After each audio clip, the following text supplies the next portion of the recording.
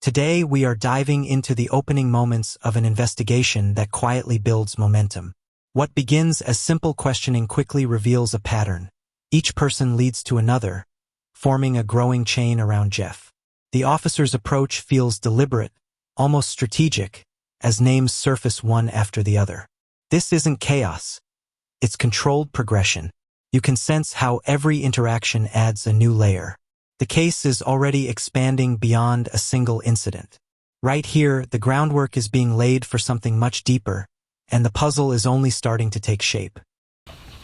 And now from there, it seemed like you kind of went around and talked to just a bunch of people in Saltville. Looks like maybe it was neighbors of Jeff and Karen. Is that right? Yeah, it seems as if when we would speak to someone, another name would be mentioned, and then we would track that person down and talk to them. Right, and I'll just take you through the chain real quick. It looks like you talked to a Kevin Campbell, locally known as Gump. Yes, sir. Okay, and then you were made aware that he knew Jeff, right? Yes, sir. Something about worked on cars with him. Yes, sir. And then you talked to somebody named Patricia who also knew Jeff, right? Yes, sir. And then next link in the chain, you get to Swanson Puckett, right? Yes, sir. Also knew Jeff. Now the narrative shifts toward Tracy Delp, and the atmosphere subtly changes. The officer describes how nearly everyone they spoke to had a negative view of him, labeling him as trouble. That kind of consistency isn't slouchy, it signals a reputation that precedes him. This part builds tension without needing dramatic claims. It raises a quiet but powerful question. Why does everyone react the same way to his name? The investigation now feels more focused, more cautious. At this point, Tracy isn't just another lead, he's becoming central to the story. And then you get to a Kelvin Davenport. Did you talk to him? I did. And that was, he was, I think, a neighbor of Jeff and Karen. Does that sound right? On Rome Lane, yes, sir. And that Davenport, he was like a retired, somebody said he was the FBI, but they were wrong, right? Yeah, he was, he'd worked in the service and also local law enforcement. I don't think he was federal law enforcement. Okay, and then I see a name, Paul Thompson, who you also talked to and also knew Jeff, right? Yes, sir, by phone. Yes, sir.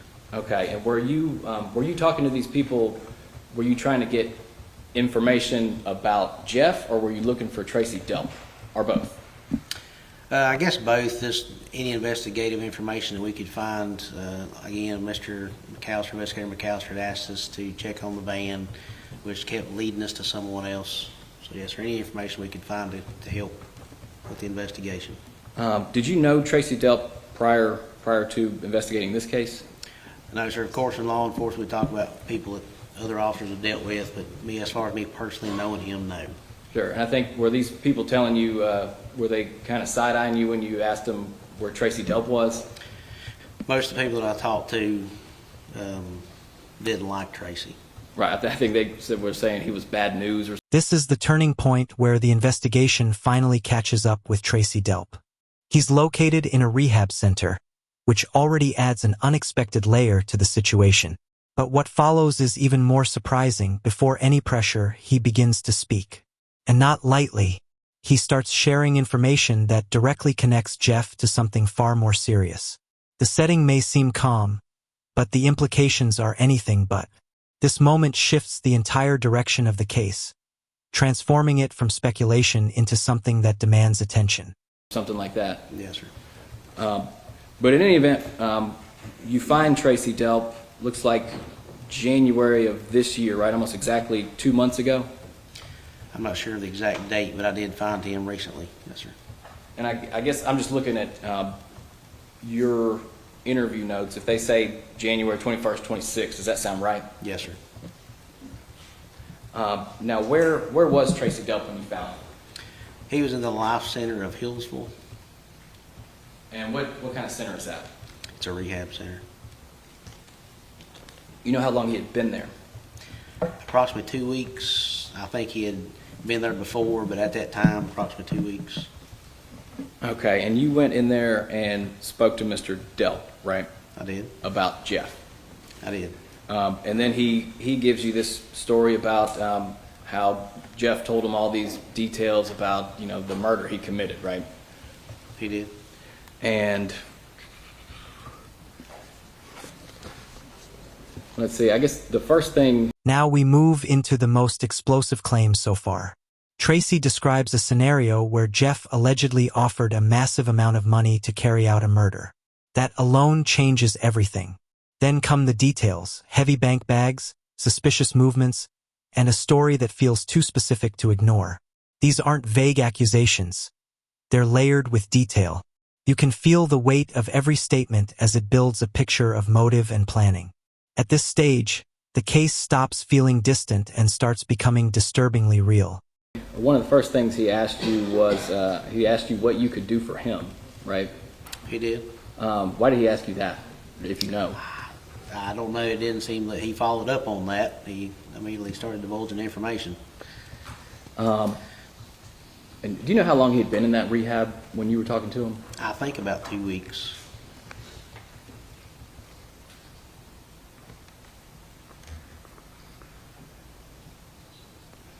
Tracy told you that Jeff offered to pay him $100,000 to go kill Kirby Carpenter? Yes, sir.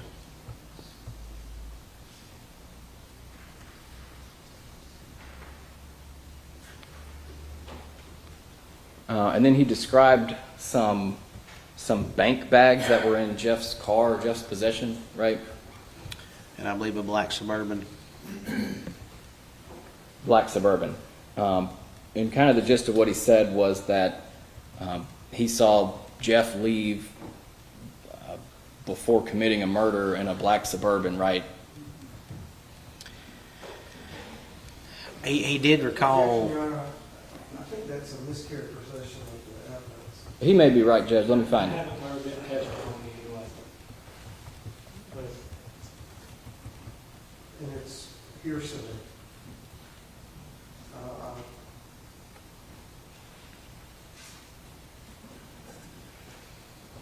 Okay, but Tracy told you about these bank bags that were, you know, so heavy you couldn't carry them, right? He did describe bank bags and being very heavy. This final stretch brings everything into a broader investigative frame. We hear about the alleged method of the crime, the disposal of the weapon, and then the arrest itself. But what really stands out is the discovery of keys to multiple lockboxes and the search of storage units. Instead of clear answers, investigators find uncertainty. Items with no clear record, movements with no logs. It adds a layer of mystery rather than closure. Even with all this information, questions remain. And that lingering doubt is what makes this case feel far from over. Okay. And did you ask him if he'd seen any gold? I believe I did. And you remember he told you he hadn't seen any gold bars except on TV? If it's in my report, sir, I'm sure it's. Well, I've got... I can't recall exactly what he said. Let me grab it. All right, now Sergeant Johnson, Tracy Delp said a lot of things. Do you remember him telling you about Jeff disclosing to him that he had killed Kirby Carpenter in the basement? Yes, sir, he did say that. And he said that, according to Jeff, he did it with a pistol, right? He told me a pistol. And according to Jeff, he threw the pistol into a lake or something. Does that ring a bell? Into a body of water. He wasn't sure what it was.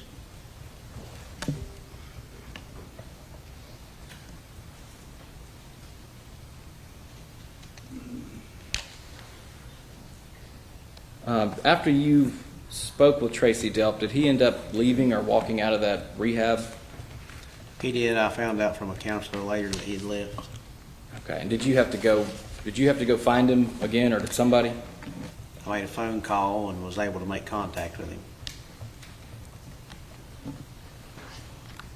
All right. Let's talk about the arrest for a minute. The arrest of Jeff Spence.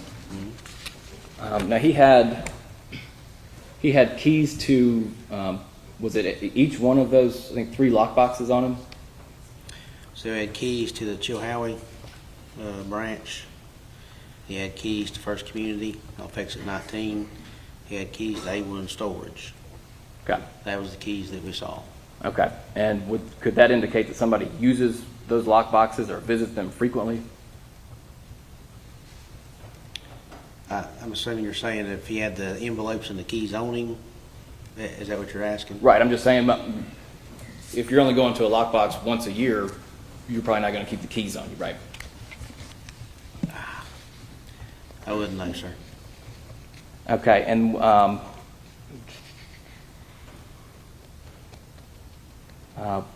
the house y'all picked him up at, that's a rental house, right? Yes, sir. And you said there was a U-Haul next to that house. Yes, sir. Did you learn that the Spences were in the process of moving to Pennsylvania?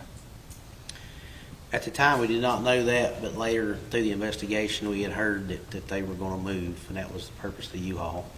Right. And they had. Did you learn that they had bought a house in Pennsylvania where their family is, I think, about a month before the arrest? No, sir, I didn't know that.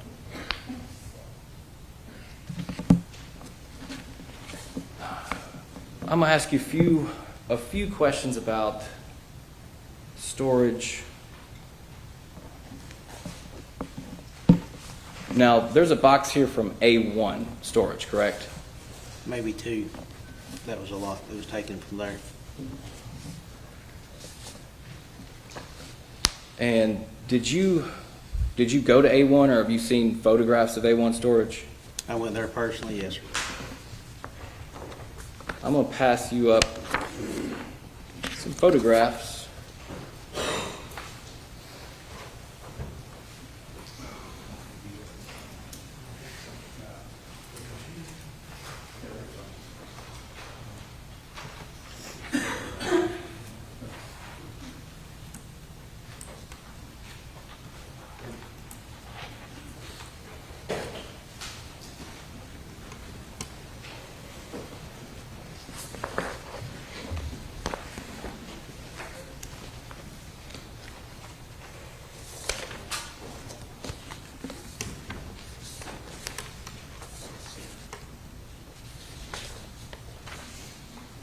All right, Sergeant Johnson, just may I approach?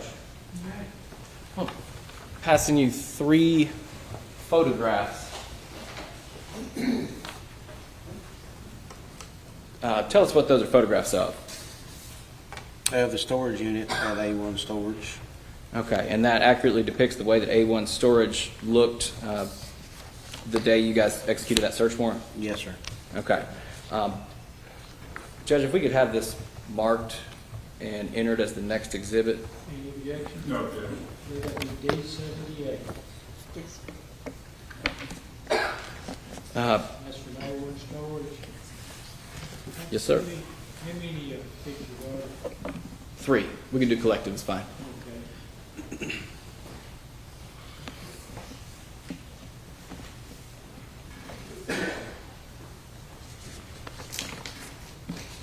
Does he need them back? All right.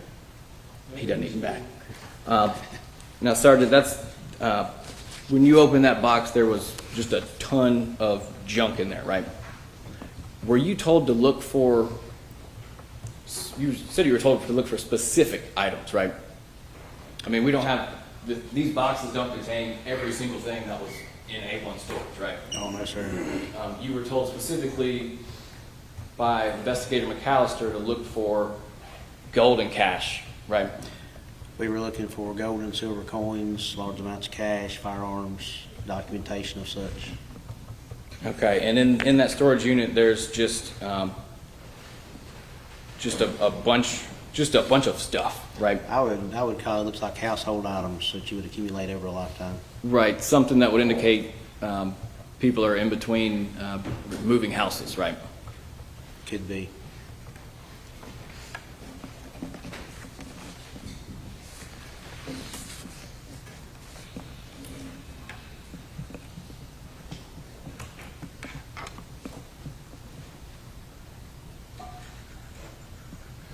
Also, there's the logs on these when when Jeff Spence or Karen Spence or whoever went in and out of these storage boxes, there were several dates on these, right? The two that we talked about today, there was multiple entries into the storage unit boxes, or excuse me, the lock boxes, not A1. We didn't see a log from A1. Sure, because it's a storage unit. Yeah. But there's no way to tell, like, when somebody goes into one of these storage units, there's no way to tell what items they're putting in, or what items they're taking out, or if they're putting items in or taking them out, right? I don't know if there is, no. There's no log. I mean, there's no log that you found, right? No.